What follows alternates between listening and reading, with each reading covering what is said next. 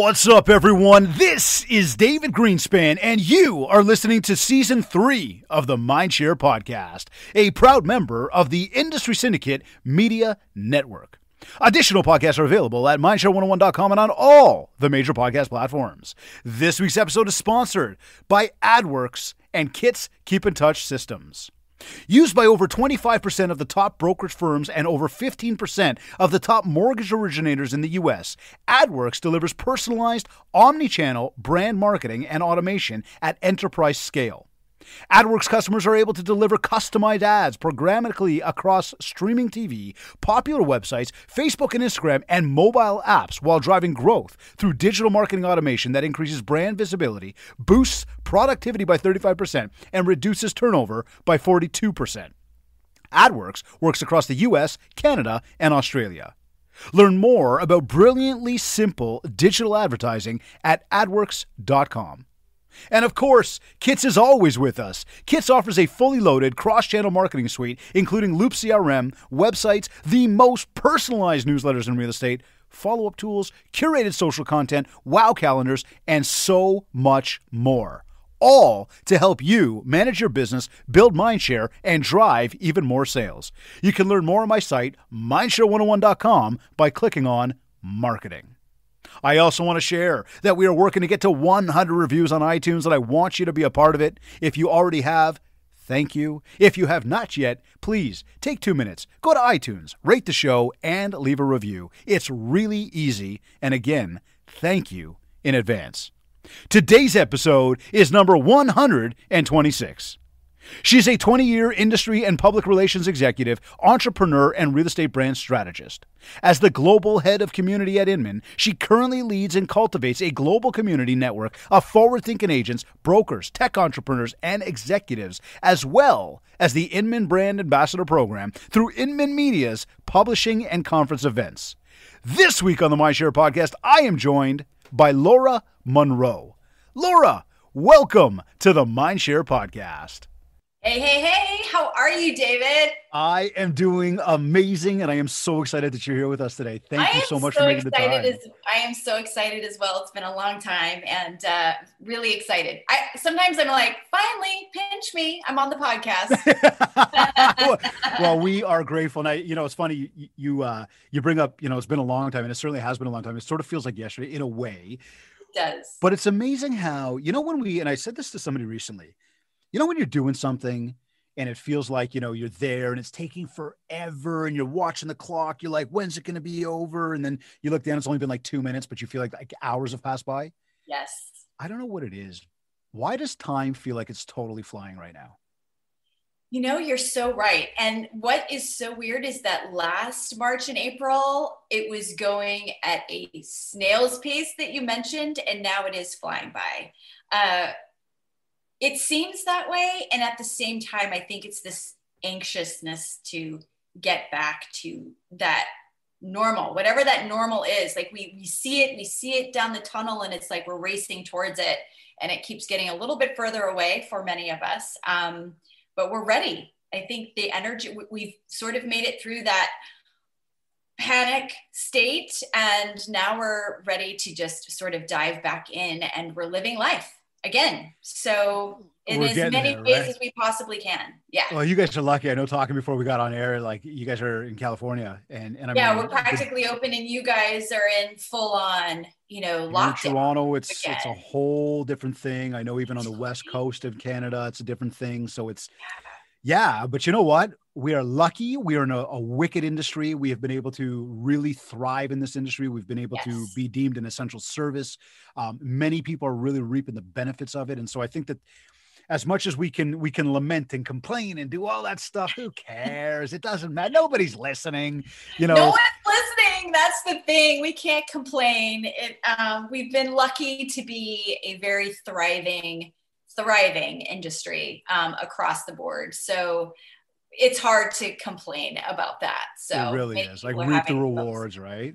Yes, absolutely. So I'm curious just for, I'm curious, I know, but I guess for anybody, tuned in our audience today and those that are going to be listening through the audio as this thing gets syndicated to all the platforms, I know you guys just did an event yesterday, I believe, as well, but tell us, I guess just tell everybody like just a little bit more, like who are you? What are you up to? What are you doing with Inman right now? Maybe even what you guys do yesterday in terms of an event. Yeah, Just share a little insight. absolutely. I I've been with Inman on and off for a very long time. I first joined Inman back in 2012 as industry relations and social media. Left for a little while, dived into real estate tech and some startups for about 3 to 4 years.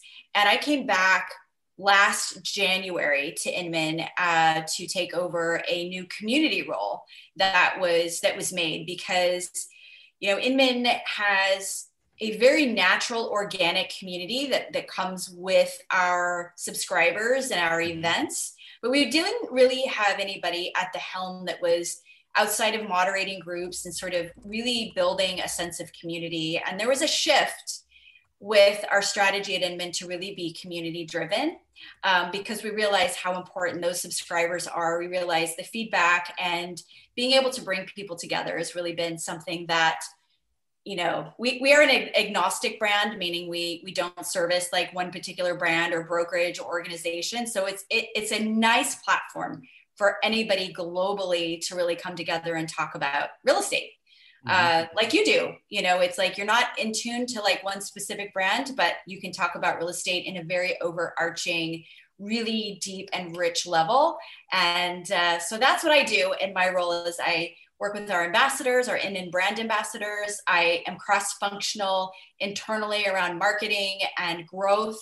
And we are just here to bring more people into the goodness of what Inman's been able to do, build careers, build connections, and build lifelong friendships. So that's what I'm just here to nurture completely. You know what? And like, what an important time to do it. And it's, I know yesterday when I put out, we put out the promo post that you were going to be on the show, how many little messages I was getting. Yeah, she's the best. And like, we just love you. Our people. I love our people. And like, it goes right back to you, right? Like it's a testament to you that it's like, you weren't even there. You're just kind of like there in like a promo art and people like, oh my God, I can't wait. Well, here's the thing. Great job. Here's the thing that's so really cool. And I know that you'll get this is that, as an industry, we are running on all cylinders most of the time. And when you get to really get to know people at a deeper level, which is really what I try to do, a lot of times it's hard. Like, you and I, like, it's like, okay, we know of each other, but we're sort of in this orbit. But my role now is about getting to know the goodness of people and how amazing and the strategies that they're sharing and being able to shine lights, big bright spotlights on those people as they come across our stage or come across my peripherals and social media. I love that. It's what I live for. So I know you get that. It's nice. You know what? I totally do. And that's why it's like, when we started this podcast, whatever it was, a few years back and the rhyme and the reason to it was more that I was pushed by a mutual friend of ours. And he was, say, Dave, you got to do it. You just have to do it. And at the time I was kind of like, okay, sure. But I'm at the point now. And look, I am so grateful for every single person that is tuned in live right now. Everybody's listening to the audio of this thing. Like, I mean, for your time, it has become just so much fun to do this. When we put so much focus and effort on it, like it's cool. It is really, really cool. And it's wicked to have these combos, Yes. Now, did you sell real estate at a time ever or no? You know what? I didn't. Okay. So here's the fascinating short story is I got into real estate as a tech and marketing assistant for a very successful team, Keller Williams team in the Bay Area of California. And I was asked to join sales and I almost got my license. And I was like, I kind of just love this tech marketing vibe that I'm learning so much about. And it was right when things were really going online. And I actually opened up a firm, a virtual assistance firm. So I've been working virtually in real estate with agents and brokers since for a very long time. And it's been it's how I became an entrepreneur. It's how I kind of learned a little bit about teaching, some new school stuff with old school stuff. And it just set me down this track. Those are my lines. Yeah, exactly. It's just like, I learned to network online. I learned to get the best ideas from people online. I built the best friendships online. I built a business online. So I get it. I get it. I was a listing coordinator for the most part.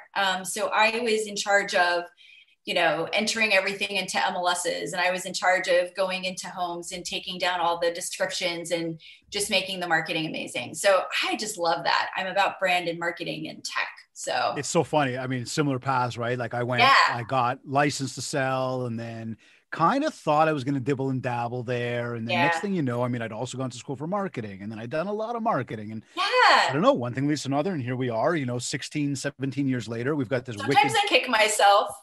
Sometimes, but like this year, I'm like, no, I'm going to let everybody else sort of do the craziness, because I'm not so sure I'd make it. I think I'd be chewed up and spit out. But you know what? Okay, but you have been able to build a business online and be able to look at a time like right now and go, this really hasn't changed much in my world. But I, looking at the fact that, business is online and we got these crazy markets north and south of the border. What do you think is driving success for most agents right now?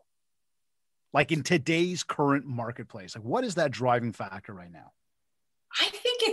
I think our industry thrives on a little bit of chaos. Yeah. I think our industry thrives and is extremely resilient and agile. When I look at agents and brokers and what they have had to incorporate into their businesses to adapt to this environment that we all now live in, it's been nothing short of amazing to see how resilient they are. I worry a little bit because I feel like people are been doing this pace now for so long that it's going to be, people need to start taking really good care of themselves to keep staying resilient. This is a marathon, I feel like. This isn't that short-term quick thing. So resilience, thriving on a little bit of chaos, thriving on new disciplines, thriving on new technologies, thriving on going virtual, and then also adapting to life, which is kids home from school, lockdowns that come, very, just the way you have to maneuver through all of this is crazy. So that's how they're doing it, like sheer will and sheer resiliency. And I'm really proud of our industry. I'm sure you feel the same way, but no, you know what? I love what you brought up, because instead of going down the road of like, marketing tools, and we're going to get into some of this stuff, but marketing tools and whatever, it's almost that like, you just like resiliency, sheer will. And this is what a message though, right? Because like realistically, Laura, like, you can have all the plans and processes you want in place. You can have all these marketing tools and people and whatever, but if this ain't right, you can't go there. Like, what would you say to somebody right now? Like, when we look at the fact that mindsets are seriously being affected. Yeah.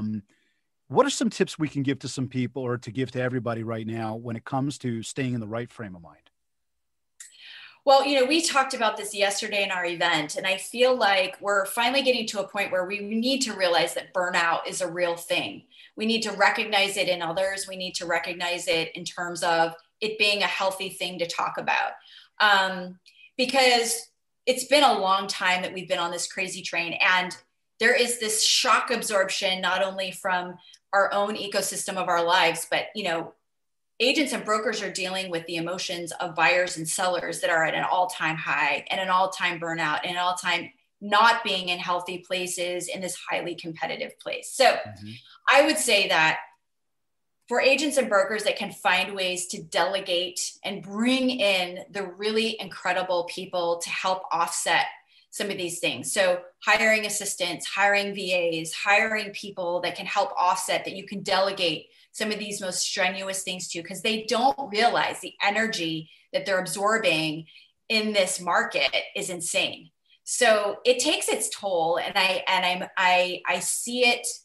We need to have a language around that, because it's not something that we typically talk about on conference stages and in our local and state associations, which is, how are we taking care of each other? How are we supporting one another outside of just throwing more information and noise, and you've got to be using this tool, and you like this constant sense of, I'm underachieving in every other way possible in real estate. If I can't, like we were just talking about Instagram, it's not about just Instagram. It's Right. like 3 levels of Instagram. It's reels, it's stories. It's now you got to be a creator, and now you got to compete with TikTokers, and it's insane. So the pressure is crazy.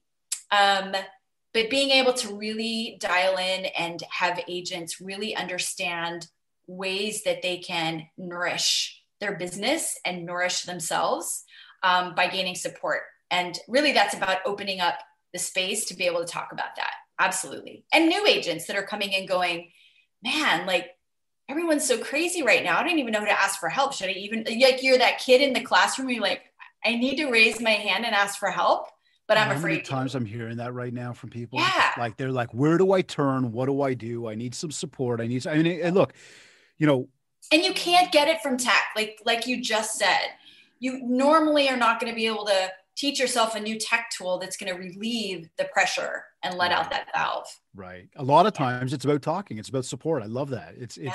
And that's exactly it. Just sort of get it out there. I mean, we call it brain dump sometimes, right? Even on a Yes. conference stage, like, okay, it's time to brain dump, take everything out of here, put it onto paper, get it out of your head so that you can Clear create it some out of your head. space. Right. I Exactly. love that. I just started doing that just in fact this week with just some, I feel like life and work is so mingled right now that it's like you have to take that time to like write down things and get them out of your head so that you can go back and refer to them, because it's just insanity. Well, It's hard to keep it all in your head. That's the whole thing about even practicing gratitude and just really acknowledging the things that were good that happened today versus some of the negativity, because we all have this thing of looking at that. But you just brought up something about support when we talked about mindset, and then maybe bringing some people on. And here's one that we get a lot is, chicken or the egg, cart before the horse. Do I hire somebody? Is it the right time to hire somebody? Should I bring on a team member? Like, I don't know if it's the right time, but I really don't know when the right time is. What would you say to that if somebody said to you, like, I'm really, really busy. I am stressed beyond belief. I really need some help. Would you say to somebody, hire someone? And I mean, if you did, would it, like, what do you think they're looking for? Does the question make sense? So here's the thing. So typically in real estate, you'd see the business models of a single agent maybe hiring another buyer's agent. Like they shift over to being just a listing agent, and they maybe hire a buyer's agent to work with them. Or maybe they hire an assistant to work on the very lightweight admin things, someone that can pick up my dry cleaning, outsourcing those things that they feel comfortable doing. I think where the best, and I think many people are going through this, which is when you start to feel like you're not living up to your potential in terms of income, you need to kind of figure out what your hourly income rate is. And that's hard to break down sometimes in real estate. But let's say like you break it down and you're honestly making you average it out, you're making $120 an hour or something like that. It is time for you to hire someone to handle the things that you don't want to handle at $100. Would you pay someone $120 an hour to upload a listing to the MLS, to take your marketing photos and edit them and make them look amazing and put them in? Like, what are those things in your business that would you pay someone $120 an hour to do that? Not quite. But those are the things that you need to offload. If you're a single agent, you need to offload that to someone that could be your executive assistant. And here's really something that I had a chat with Libby Leffler, who is the NorCal president of Compass. Mm-hmm. And she actually talks about having your own advisory board, which is, even if you're a solo entrepreneur or an agent or a broker, who are the people that are in your personal advisory board to kind of help you understand where to make your moves strategically first. But when it comes to getting help, it's like, if you know that you can add on more hours, if you offloaded and outsourced some of those, now's the time to find that person. Go into, there's a couple of hiring things. There's like, what is it called? Just where you can go hire assistants. One of them, like I think Adwerx and like. Yeah. And then there's one called like Wise Hire, WYZEHIRE, I think. And they have that's specific to the real estate industry, finding people, VAs, designers, admins, that kind of thing. But when you can hire someone at $20, $15 an hour, or if you get somebody really good that has experience at $30 an hour, you're opening up an incredible opportunity for yourself and to be able to service clients better. And that's what I did. I mean, I primarily just, when I had my VA firm, that's what I did for everyone. It was creating the marketing collateral. It was making sure that orders for postcards were going in. It was pulling mailing lists. It was uploading listings. It was managing, editing photos. It was all of that. Now it's video editing. Now it's some social media management. Now it's a little bit of everything. You can't do it all. You just can't. No, definitely not. Now, how about this? You had recently written an article about brand building and how to turn real estate into an influence. Yeah. Tell us more about that a little bit. I like that. I was like, I like that. Right. And I think that kind of plays to some of the things we were talking about just before we got on air. I think so too. So here's my thought on that. And I think that when I look back on my career, and I'm sure you can think a bit about your career as well, that when you have access to varying perspectives in the industry, if we're to put, you could have two agents, one that's 5 years in the business, but really has only just been focused on business, not outside education or outside access to strategists and people that are doing amazing things. And then you put someone else in the room who's done, conferences and is in a women's council and is the various state and local associations. Those are the ones that are building the brands that when they walk into a room with a buyer or a seller, they have a perspective that is absolutely unique and influential. So I believe when you have access to people like you, David, and you're nourishing, and I keep going back to nourish. I heard this in someone say this, but that nourishment of your learning is something that creates the influence. And it's when you can use it, because the thing is, you don't know when you're going to use it until you're in that moment and you go, oh my God, I love this. You're like, aha, I remember this. In fact, I had a conversation with an agent who saw one of our virtual events, and I had a chance to sort of speak to her like in the Zoom call before you go like official live. Yeah. And she was like, I just have to say, I came to the last event. I heard about a technology that I'd actually started a trial account on, and I hadn't dived into it yet. But when I went into a buyer's appointment, I was able to talk about this specific technology, and I won that client because they were already signed up on that particular platform using it as a buyer. And I was able to say, I already know what that is, and I'm already using it. So being able to have the accessibility to really nuanced information, it's like business intelligence, right? It's like you're getting the business intel that is creating the influence in the room. I firmly believe that.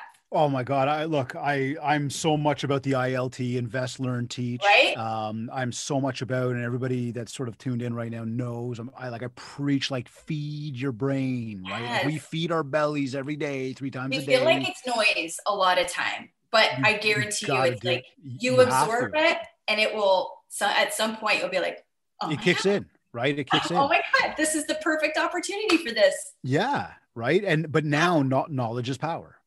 Exactly. Right. Now, exactly. you brought up sort of the different things you're part of, and then you mentioned Women's Council, and I've actually got we've got some of our MindShare masters who are joined in our VIP room right now watching, and we've got a question here from one of our awesome MindShare masters, Alex, and she says, I've been an agent for 16 years now, working on building a brand and a business to support women in our industry.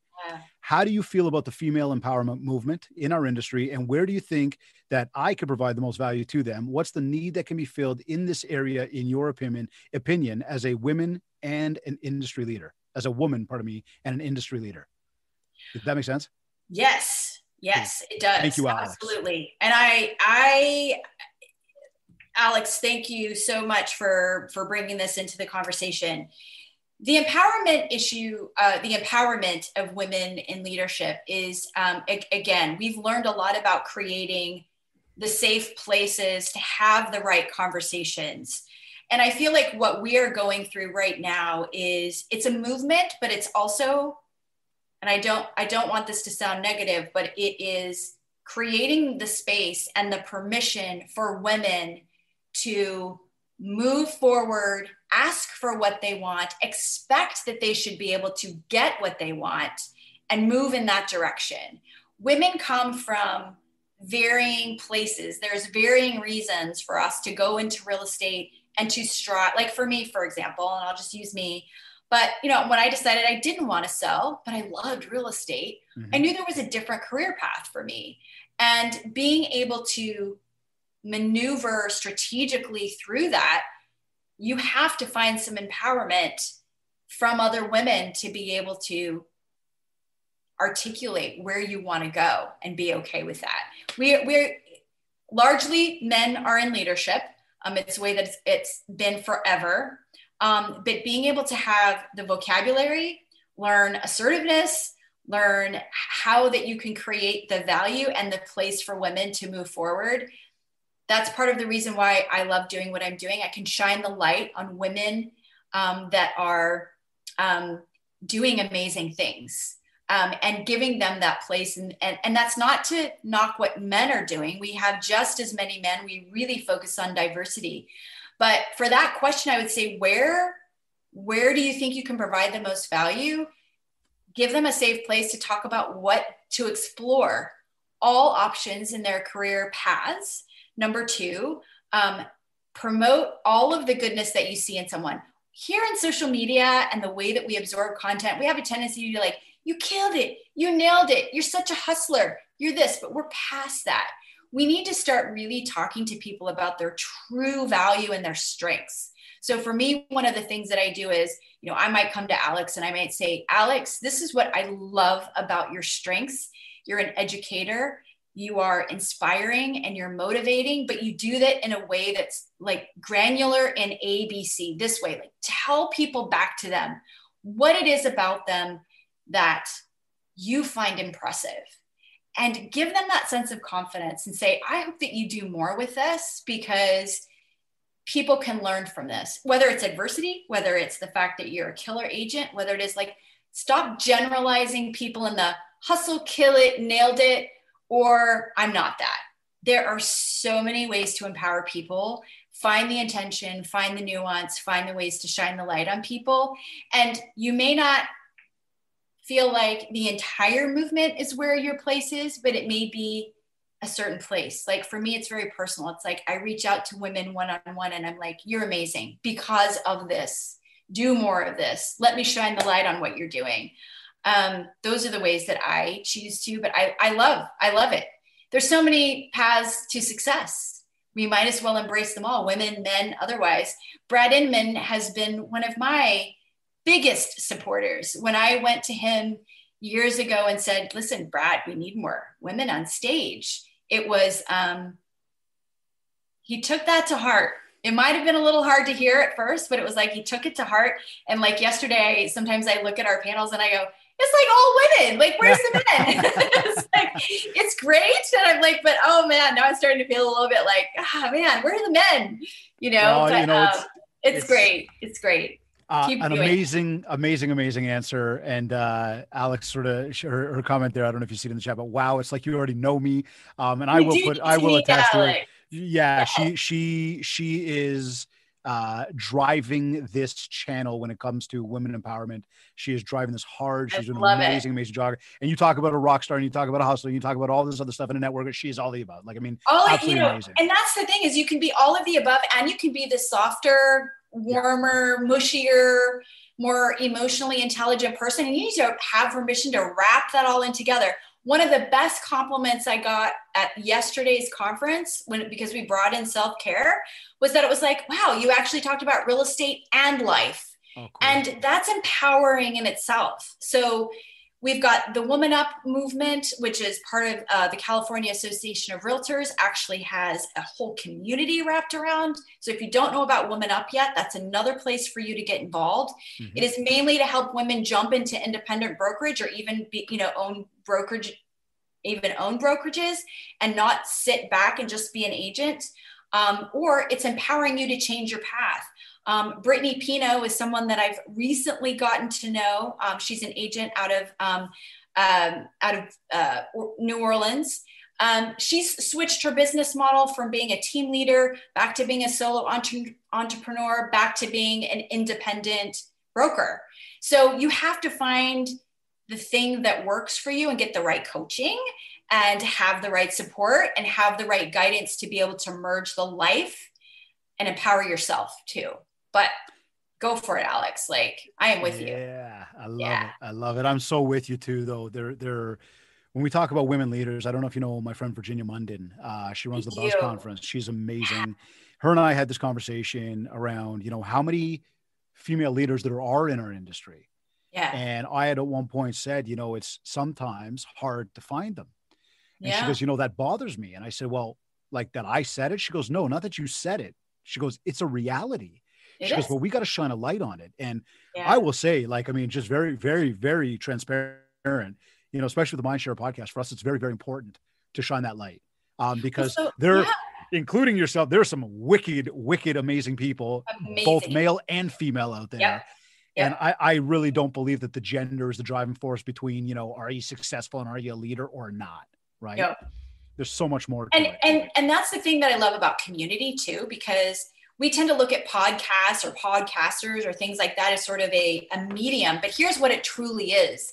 It's you building a community and finding a nuance of messaging and conversation that really hits someone where they need to hear it.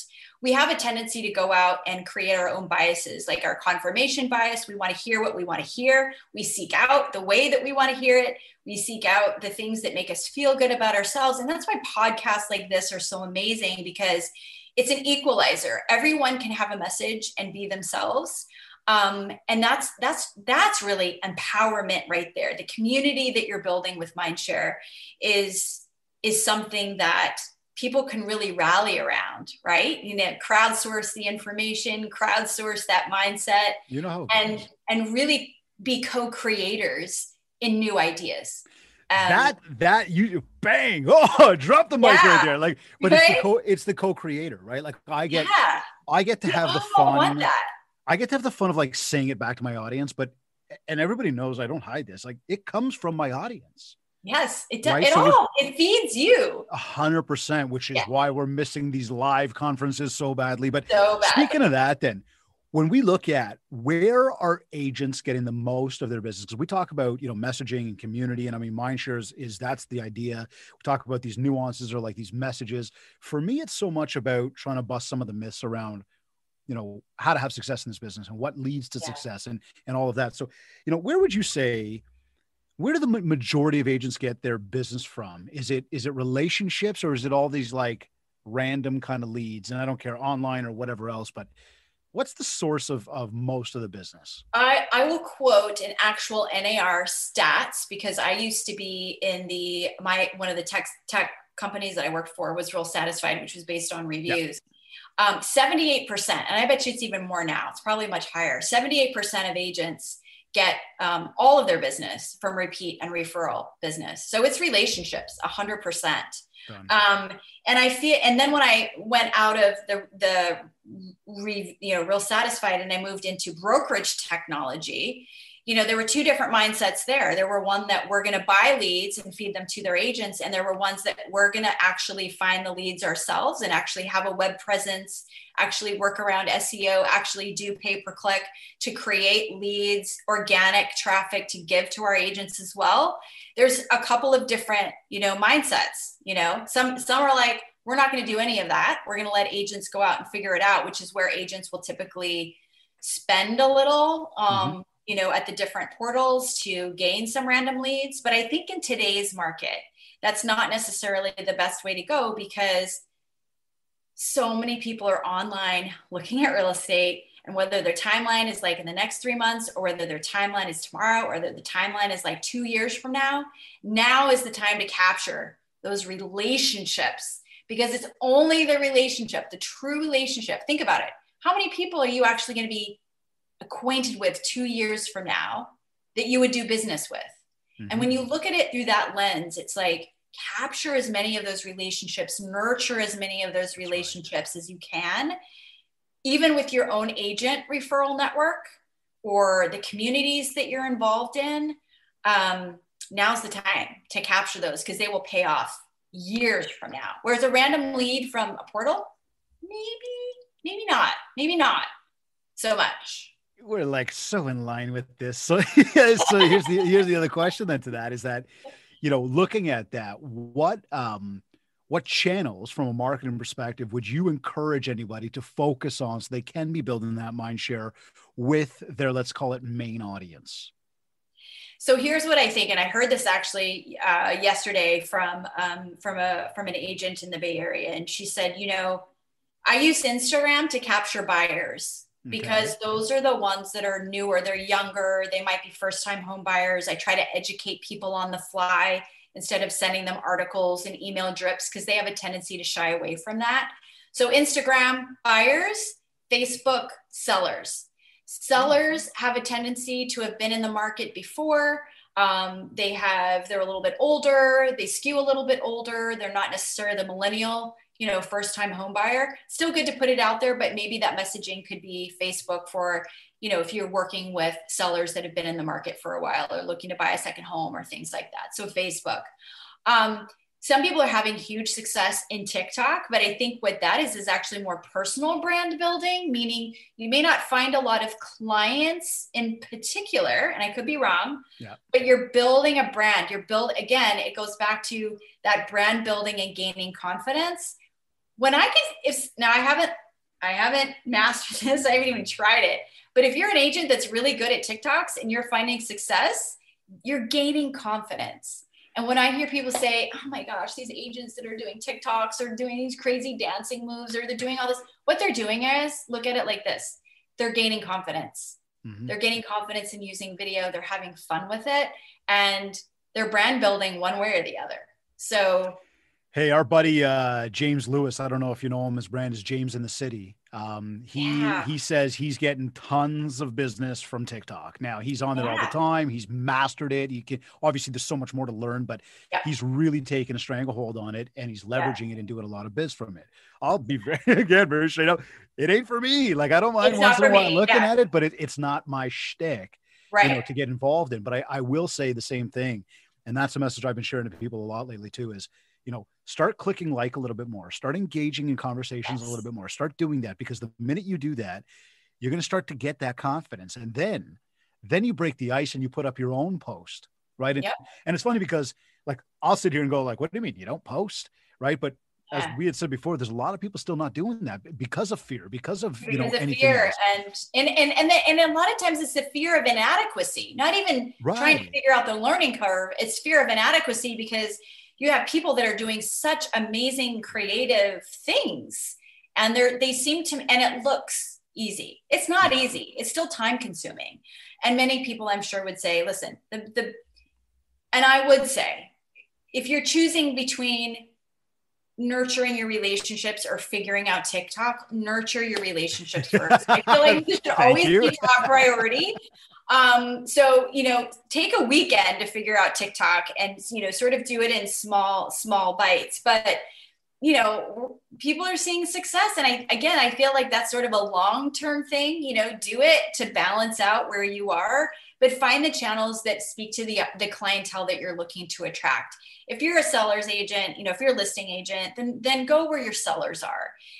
Educate them in the right way. If you're looking for buyers, that might be a little bit younger, or, maybe it's multi-generational wealth and you need to be on more global channels, like a TikTok or a Snapchat, then maybe that's it. But I feel like when you're building that brand, knowing where that audience is the most important thing. But ultimately, your top priority is don't let your relationship suffer. Don't let your agent referral network suffer. Build them up as much as you build up your prospects and your clients, and you'll reap the benefits of that. I firmly believe that. Okay. And I'm going to come back to that in 1 second, because I want to go sort of the step before that would say, so I'm doing this online stuff. And I was going to ask you, like, what's your favorite social platform and why? But I think that it almost just kind of came out that it's not even about necessarily your favorite, but it's like, where is your audience? Yeah. where do you enjoy going and where should you be sending your messages through, right? But once we kind of do some of that stuff, what would be that trick or some advice or some tips or whatnot that might say, Laur, if my key is to build relationships, but I'm online with like randos and I mean, we're having good conversation, nothing wrong with randos, right? Like that's social media for sure. But how do you take that, bridge that gap between, going online and then taking it offline? Offline. Okay, so I'm going to go a little old school. Maybe you'll appreciate old school. this. Love so old school. I'm going to go a little old school. I think one of the challenges, because there are so many different ways to put yourself out on social media and online, is that we're not really, remember how we used to redirect people back to your hub, right? So your hub was your website. Your hub, it could have been a Facebook group. It could have been a Facebook page. But I think what we're doing now, because we're on so many different channels, is that we're not really guiding people back to that one place. So if I were to give anybody like the number one tip for me would be, whether it's a Facebook group, whether it's a Facebook page, whether it's one main channel that you run, could be your Facebook personal profile, there needs to be one dominant place that you're driving people back to. On Instagram, they use they use like a link tree. So it is sort of a Instagram version of a website where people can find out more about you. Right. But think of digital marketing like the hub and spoke model of marketing, which is drive people back to where you really want them to connect with you. It used to be websites. Whatever that thing is for you now, make it that thing. Give them a chance to contact you. Give them a chance to drop their email. Give them a chance to get to know you. But all breadcrumbs should lead back to one main command and presence center for you, wherever that is, and make that the dominant place.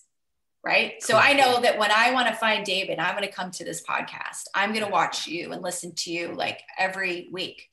But for others, it may be different. But if you can identify that place where you really want to bring people to, you're going to stand out.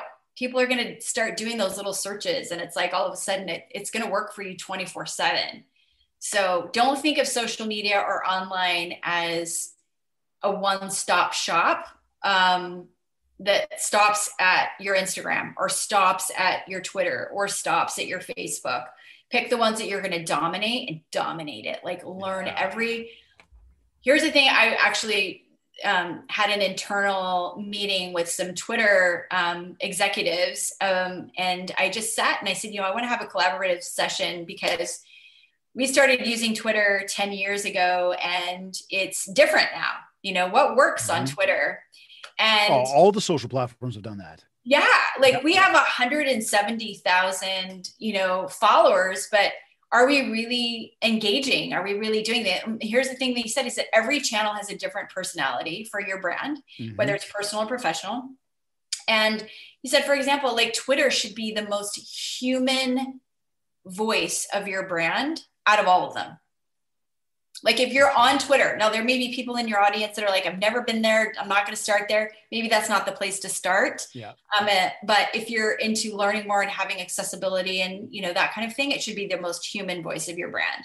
Instagram may be something different. Your playful side is going to come out on TikTok.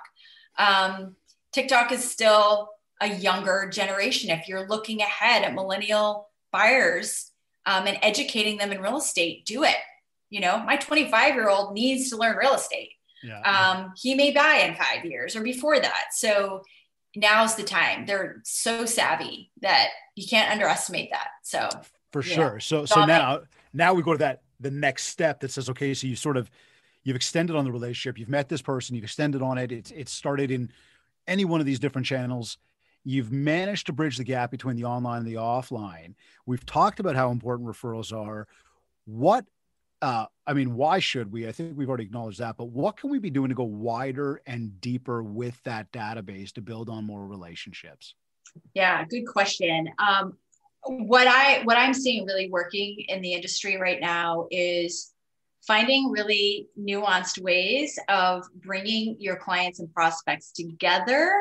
And by offline, even though things are still virtual in many ways, take a moment that if you have a buyer that say come in through your system and you want to get them offline, instead of just assigning them to your automatic drip emails, go ahead and reach out to them and say, hey, would you be willing to hop on a Zoom call and just meet and chat and let me know if I can help you. One of the number one trending strategies that was on an Inman article last week was actually doing an unsolicited virtual CMA for someone where you've already taken a certain amount of information from the MLS and various data sources and just said, hey, I know that we haven't talked in a while, but I would love it if maybe we could hop on a Zoom call and I can kind of show you what's happening in your neighborhood and around your property so that, if you want to, sell, I would really like to talk to you more about that.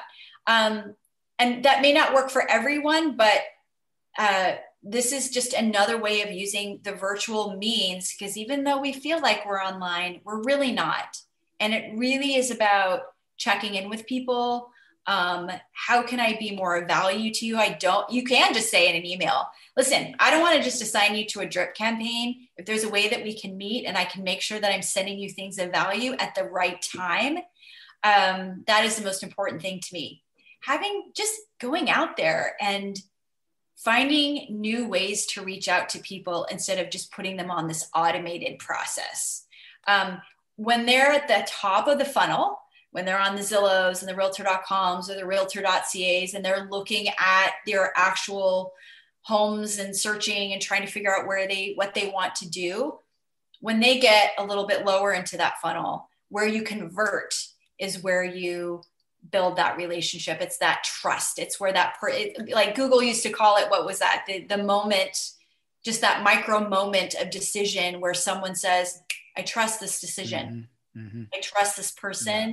I trust the way that I'm hearing this information, the way I'm absorbing it. That's the minute they convert.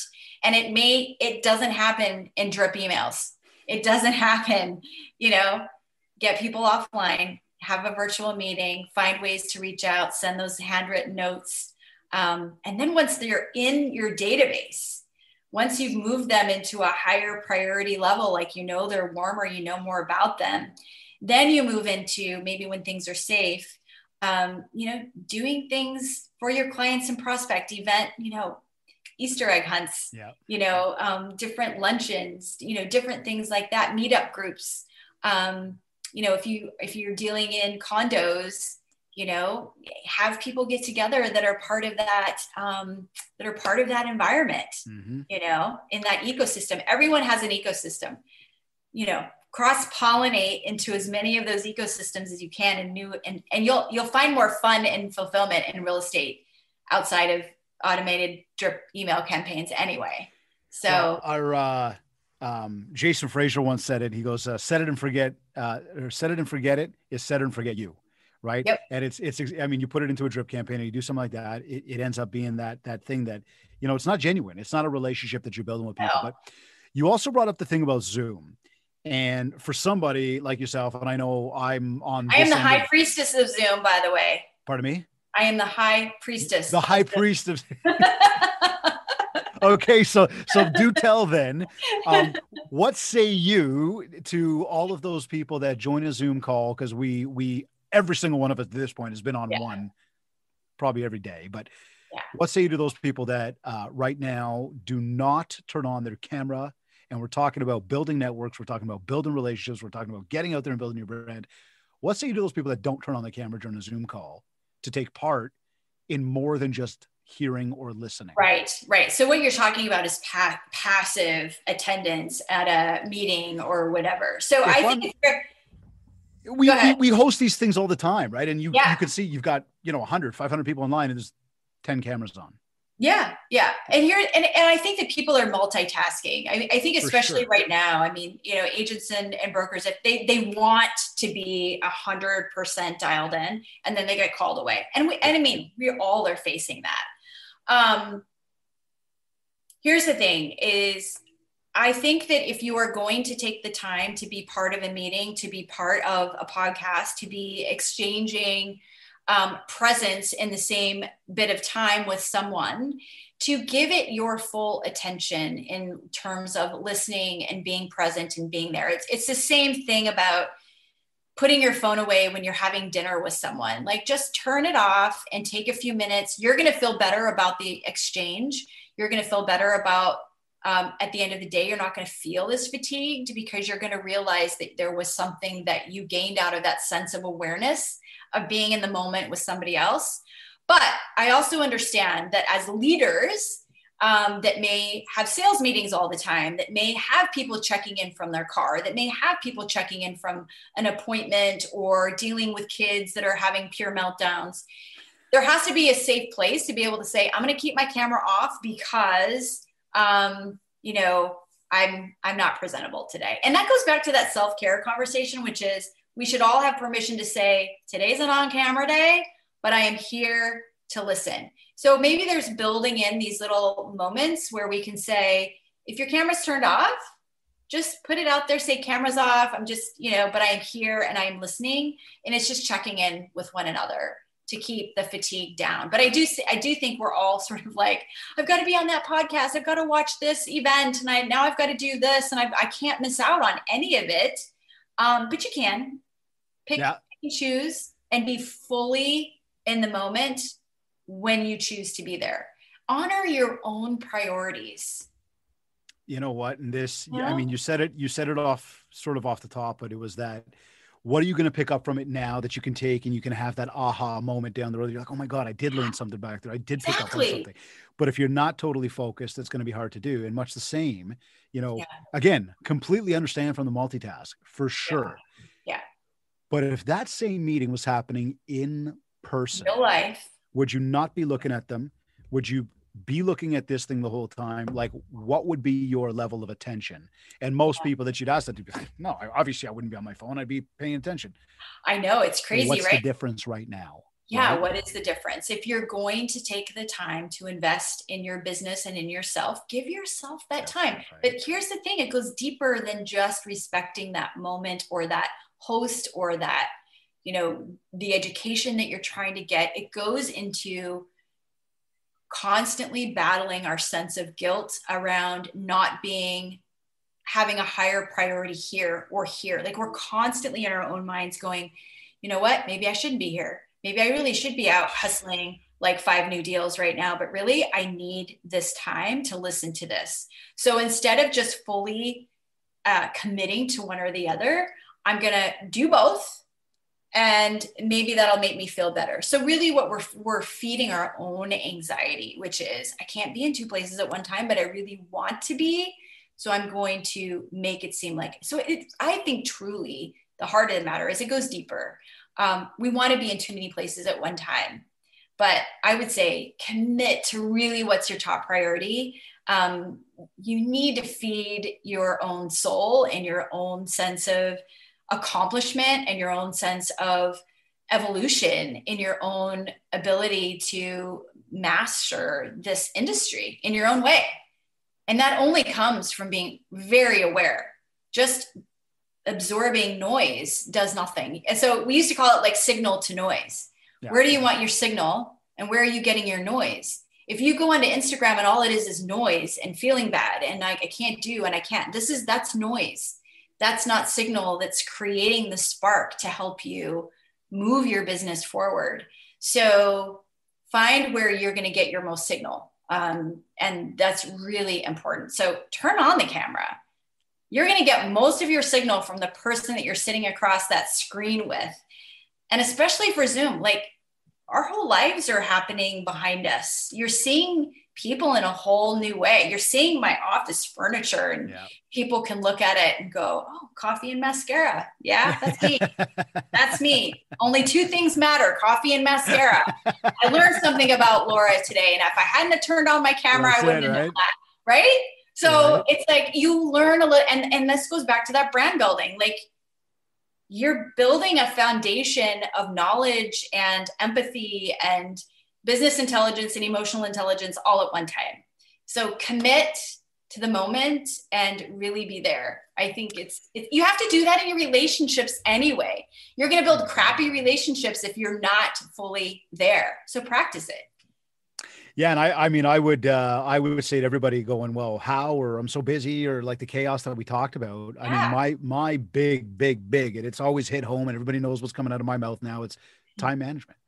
It's managing time and really leveraging that calendar to drive you as a roadmap for where you have to go in a day. Because, and I had this conversation with one of my coaching clients this morning. I said, why isn't it happening?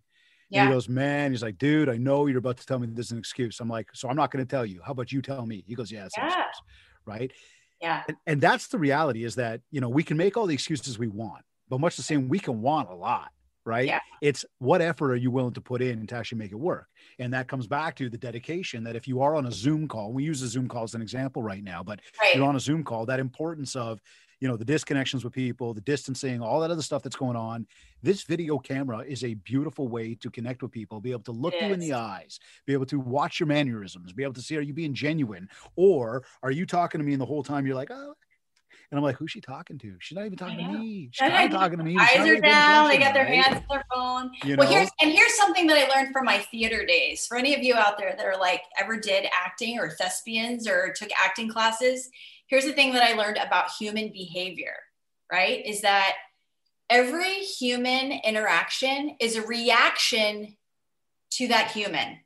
So for example, what you just said triggered my thought process to be able to say, this is a nugget that I remember, which is you're going to learn something just in the small interactions. They're going to trigger the brain, that MindShare. This is why you have a MindShare podcast, right? It's like we're merging our brains together, because as humans, we all are doing reactions to what we are seeing in front of us. I am reacting to this conversation because I'm dialed in. I could have 5 million other places that I should be, can be, would rather be, not really.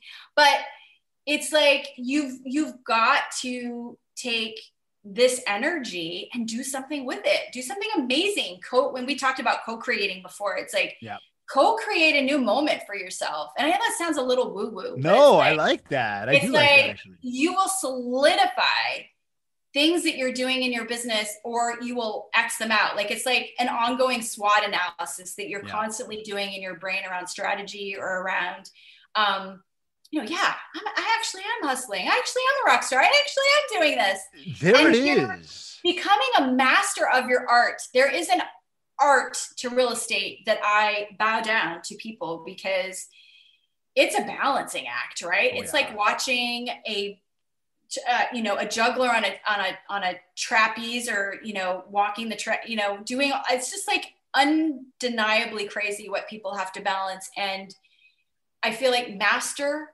your art, and whatever that art is for you, find the time, dig the time, and work with the people that are going to help you get there.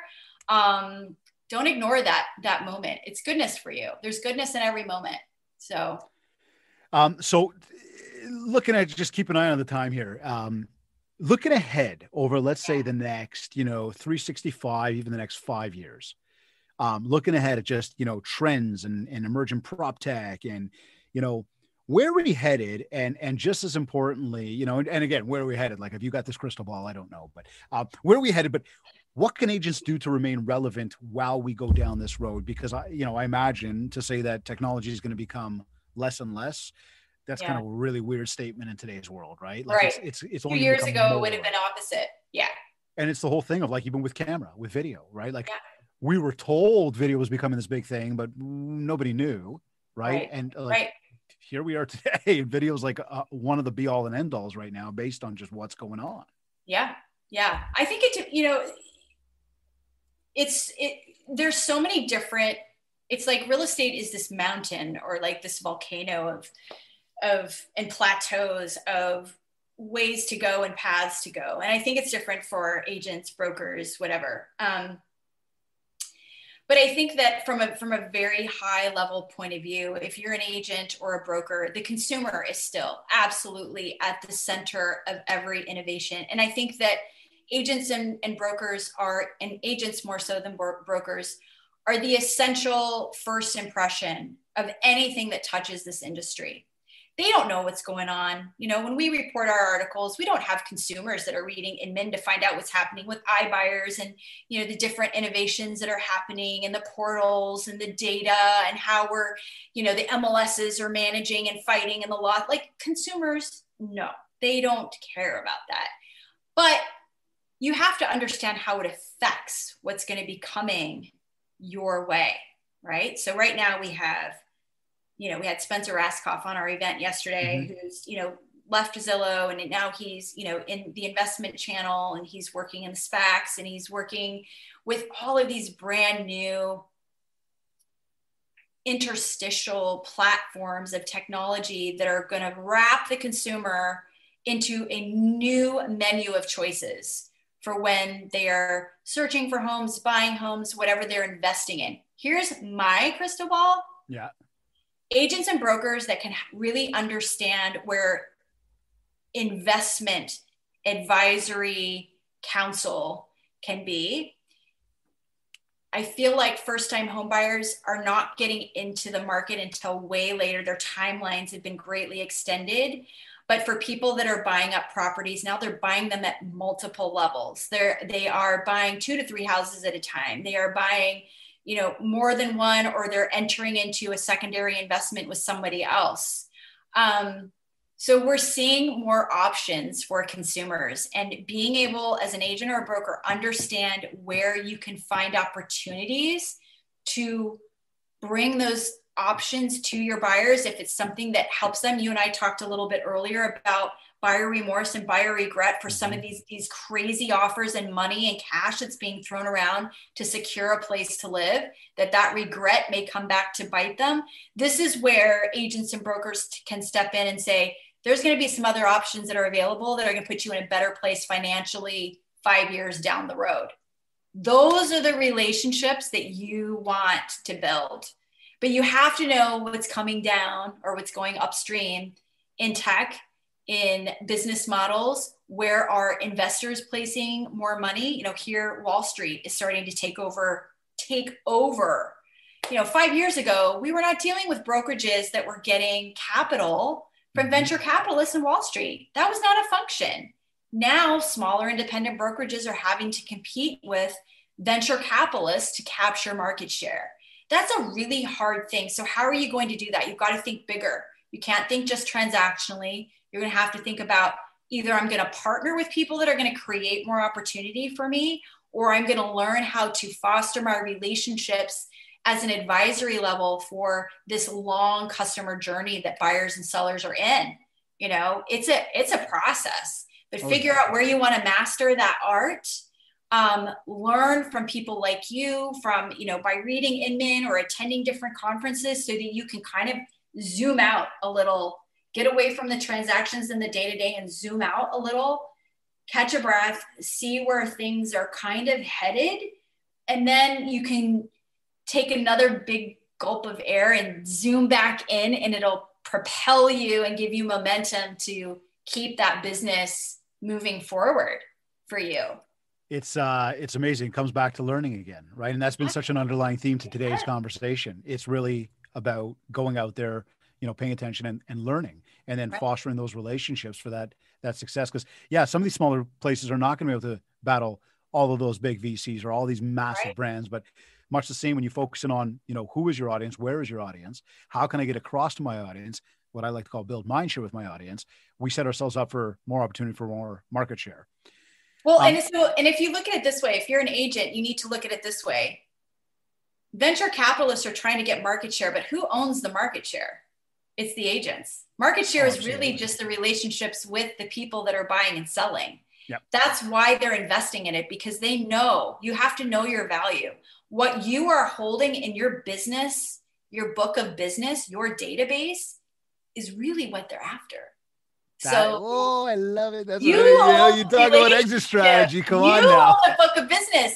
So let's not use like this big, this industry buzzword of market share. Market share for you is your book of business. And if you get to this point where your book of business is worth millions of dollars to sell it to somebody else, that's the way you got to look at it. You own the market share. How much are you willing to work with the people to expand it, or how much are you willing to sacrifice to do whatever? So you own the relationships, you own the market share. The way the numbers work out is the more relationships you own, the better. Yes, there's going to be brokerages that are going to use VC capital to go out and buy those relationships and buy those book of businesses with big bonuses. But remember, what they're really, truly going after that they don't really say is it's agents. It's agents that own. Oh, I don't know who's more passionate about this, you or me. This is amazing. Laura, tell me this. How do you know, one of my favorite questions in the show, how do you know it has been a successful day for you? This is a good question, because here's what I think. I think what everybody should do, and I've tried to do more of this because this is really what helps me. At the end of the day, I try to not just cross off the to-do list. I try to write down the things that I've actually accomplished in a day. So instead of going, oh, I didn't get to this and I didn't get to that, and I'm too tired to do this now, I sit back and I go, yeah, but what did you do? What did you do with your time? And I sat back and I said, you know what? I had a long conversation with one of my children that really needed me to be present and be there right now for them. I needed to put my needs aside. Or maybe I reached out to a client I haven't talked to in a while. So it's those small wins that sometimes make the day. But at the end, it's like, if I can look back and feel productive, or that I mastered something new, or that I tried something new. I'll go back to my theater professor. She always used to say, if I could do one thing, I'm right-handed. If I could do one left-handed thing a day, that's an accomplishment, and that's a day. So try one left-handed thing a day, and something that gets you out of your comfort zone, and then be really good with congratulating yourself for the things that you do accomplish. That's a great day. I think I mentioned this to you off the top, but I've been really loving asking that question lately. The past number of months I've been asking it, and here's why.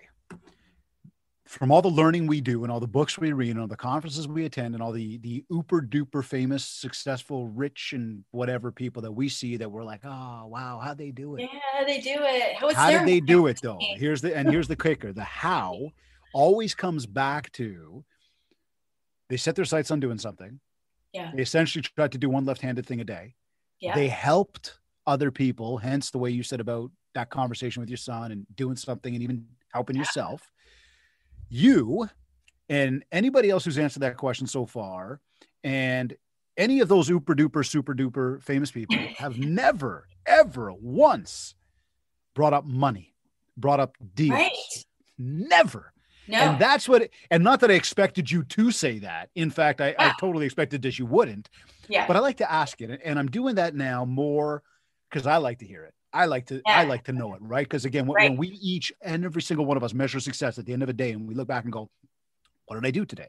And I will tell you, part of my wins in a day would be, did I accomplish my day? Did I get close to accomplishing my day? Right. But moreover, was I able to help people today?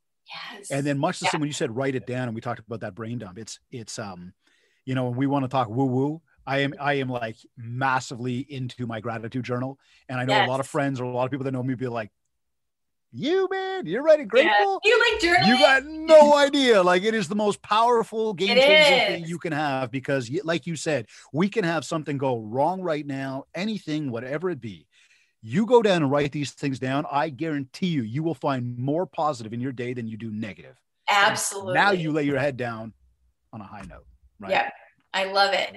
I love it. We need to congratulate ourselves so much more for what we have dealt with, is certainly this past year. Oh my God.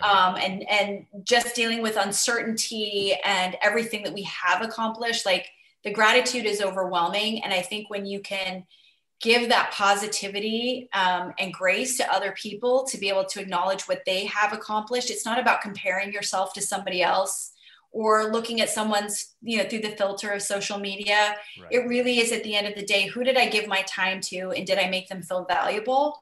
And can I improve upon that in a way that makes me feel good about what I'm doing every day? I don't know about you, David, but I've had a lot of people go, sometimes I wake up and I go, what am I doing this for?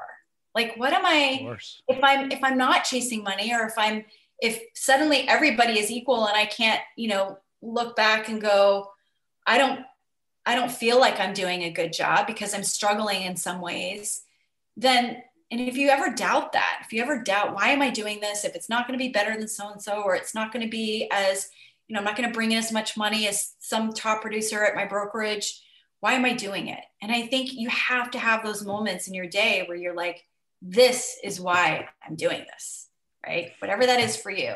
Well, that's where we talk about goals and vision boards and all the plans, but that's for another day.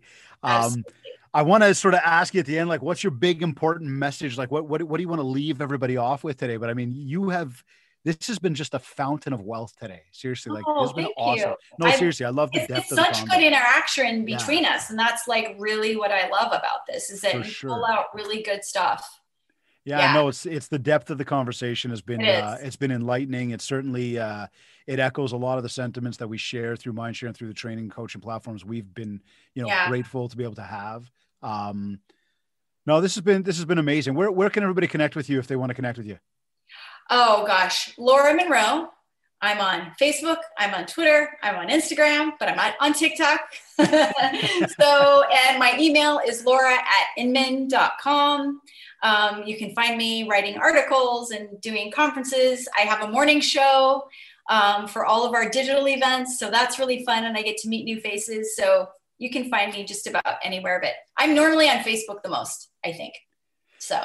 Well, I would encourage everybody, go find Laura. If you haven't yet, connect with her on social media, connect with her, just go learn more about what she's up to. Laura, amazing conversation. I thank you for the time today. For inviting me. I loved it. Yeah. And I thank you just for everything you're doing for the industry. You really are one of our amazing industry leaders. And it so goes without saying. I think it's just known by so many people now, but we're grateful that you were able to make the time for the MindShare podcast today. So thank you. Well, I just have to say that, I'm sure there's plenty of crossover, but it's the people that we love and the communities that we see and the people that are building amazing things in their businesses and beyond, and being able to provide some support and positivity is really huge. And I think if you can do that one day to anybody, client or colleague, it's huge. So I think that's what really keeps us all going, actually, is good pats on the back and you're amazing. You're amazing. You're all amazing. Yeah. So, yeah. Amazing. So, and I also wanted to extend my most positive thoughts for your lockdown there in Toronto. I have several Canadian friends, across the provinces, but I know that specifically in Toronto, you guys are really, really locked down, and I know how hard that is. So we hope that you guys open up very quickly. We will make it through. Thank you for that. We all will. We all will make it through. Amazing. So I just say, stay positive, test negative. That's perfect. Stay positive, test negative, everyone. Laura, thanks again. All right. Thank you so much, David. You're either listening to this on iTunes, iHeartRadio, Google Podcasts, Stitcher, or Spotify. Or maybe you downloaded our free Industry Syndicate podcast app, or maybe you went to my website, MindShare101.com. And while you're on my site, make sure to download your free copy of the Ultimate Marketing Bundle for Realtors. This is a 31-page ebook packed with a ton of tips and tricks for you. Plus, there's a ready-to-go 90-day social media content calendar to help you build more mindshare so that you can get more market share. And if you want to talk about personalized one-to-one coaching to help you get to your next level, just get in touch with me. We'll set up a free consultation call to learn more about what you're looking to achieve and, well, how I will help you do just that. Also, don't forget that our push to 100 is on. So please be sure to go to iTunes, subscribe to the show, rate us, and leave a review. And if you haven't yet, connect with me on Facebook at MindShare101 and on Instagram at DavidGreenspan101. I want to once again thank Adwerx and Kids Keep in Touch Systems for sponsoring today's episode. Used by over 25% of the top brokerage firms and over 15% of the top mortgage originators in the U.S., Adwerx delivers personalized, omnichannel brand marketing and automation at enterprise scale, driving growth through digital marketing automation that increases brand visibility, boosts productivity by 35%, and reduces turnover by 42%. Working across the US, Canada, and Australia, you can learn more about their brilliantly simple digital advertising solutions at adwerx.com. And if you haven't yet, check out our powerful marketing suite offered by Kits, including CRM, websites, lead gen tools, repeat and referral tools, and a library of curated social media content. Just go to my site, mindshare101.com, and click on Marketing. This has been another episode of the MindShare Podcast. Thank you for tuning in.